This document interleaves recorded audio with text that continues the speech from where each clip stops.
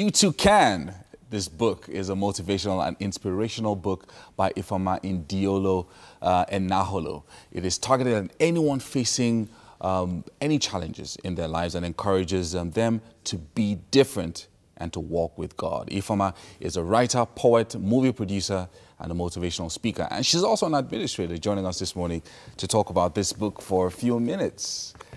Great to have you on the show. Thank you very much. So I like this book for many reasons. Talking about you two can overcome life's challenges, you know, the different things, various things that happen, you know, over life's journey. And a lot of the things that you captured in this book were very personal, and you wanted, you know, to communicate some of these things to anyone who's reading the book. But why did you go so personal with this book? Yeah, you know, the best way to actually, if you want to write about something and you write for it to be actual, you talk about your personal experience. Now, I know that a whole lot of people have gone through the kind of personal experiences I have gone through. And now, in order to let people understand what it takes to overcome them, and for them to know that it's actually possible to walk through those problems, and that no matter what problem you are going through in life, it is possible to overcome it. I had to use some of my experiences, some of other people's experiences, majorly mine, to let people know that it is possible, because I did go through them and I was able to overcome them, and I'm still standing here today. Wow. The first chapter, you know, it says be happy, and then when you go to chapter 4, you also see you're talking about having a positive mindset and positive thinking and some of those thoughts and all that. So you try to create that connection between just generally being more open and with the world. But one of the things that you said in that first chapter was that you weren't always happy. You were more serious. You used to frown a lot. So tell us about that story specifically. Yeah, it was actually, I realized that being a when I was young, being a very pretty young lady, there was a lot of attraction. You know, guys were always attracted, and a lot of them approaching you for this, that, and the other, trying to make friends with you. So I realized that for me to be able to be serious enough and focused enough to achieve what I went to achieve, especially when I went into school, into the university, I had to devise a means to stop unserious people from coming near to me. So I began to frown. It was deliberate, you know, but people were like, it made some people think before you come, so the number of people coming close to me actually reduced. And then before you come to me, you have enough courage to be able to say, let me go and talk to her. Because a lot of people saw me as a snob. And then when you can even say hello, I'll just look at you and like, I don't want to talk, and I pass. And they think, oh, does she talk? Then when they see me with my friends, they go, oh, she actually talks. But I thought she didn't want to talk to somebody or something. So it was like a deliberate, It was deliberate. So that way, I reduced the number of people that were able to talk to me and approach me, because it's a distraction.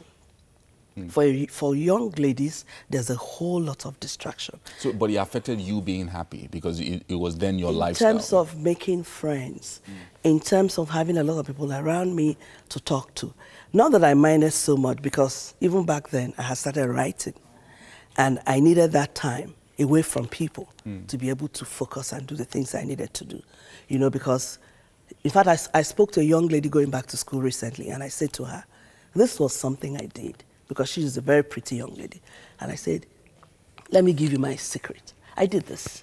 You may have to come up with your own way to reduce the number of people you talk to, because the chit-chat time that you spend talking with your friends, talking with guys, some of them with very insincere intentions coming to distract you, is time wasted. And time wasted can never be recovered. So let's talk about chapter 4, where you were talking about having a positive mindset. And one of the key things you said was that it's directly connected with success in life, having a positive mindset and not being negative. Can you tell us about that? Success is a deliberate decision thing. If you don't yearn to be successful, you may never be successful. Within you And you have to have the kind of right attitude. The rich man has his own, there's an attitude for the rich, there's an attitude for the poor. And you have to feel that you can achieve before you dare. You must dream of succeeding. Then you do the necessary things required. You take the steps to succeed. And then some of these things I aligned in the book. You have to be positive, you have to plan, you know, then you now do what you need to do to succeed. Yeah. And then if you don't have that kind of mindset to start with, then you failed already. And if you failed, you can succeed. You know, so that's where the mindset thing. I believe in myself, I know I can do it, and I know that if I make the right steps, I will succeed. So before you approach somebody, you don't have that defeatist attitude and feel, oh, the person might not listen to me or might not listen to what I'm saying. You know, in marketing, it's always, if you don't believe in what you're selling, you cannot sell it. So if you believe in yourself, then you have you have that positive attitude that I can do it. Why not? A did it, B did it. Only one head. Why can't I? Yeah. So that's what I'm talking about. All right. So let's talk about being vigilant, because that's one of the key things that you talked about in the book, and not just about being vigilant. You looked at people and also nature, or people and the environment, which are two different things.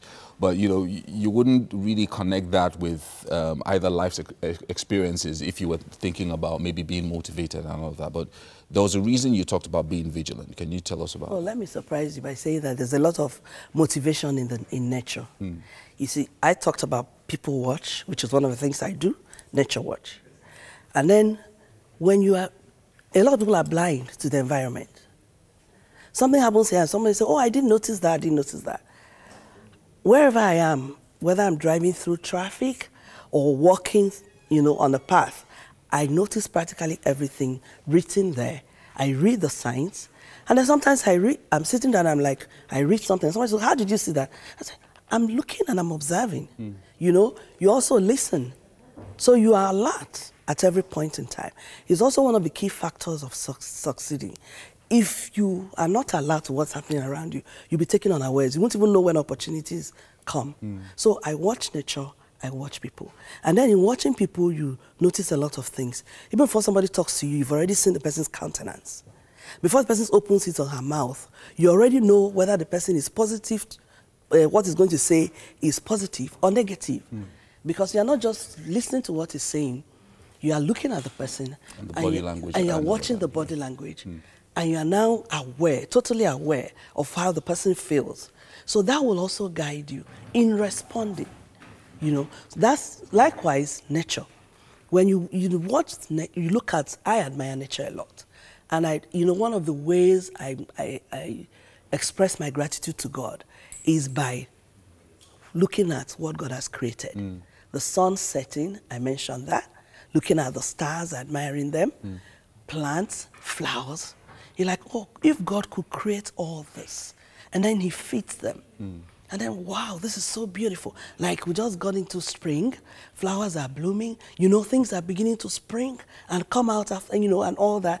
And then you're like, God made all this. He is awesome. I saw recently, whether true or not, a flower that looks like a woman, on social media. And you're like, these are some of the things like, wow, this is a bird, different kinds of that and all that. I was lucky, I was well tutored by my dad when we were growing up.